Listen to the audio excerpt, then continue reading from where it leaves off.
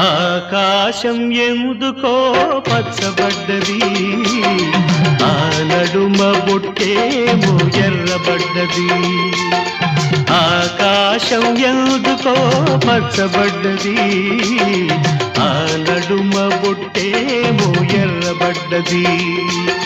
వీచే గాలుల తాకిడి, సాగే గువ్వల అలజడి, రమ్మని పిలిచే పైబడి.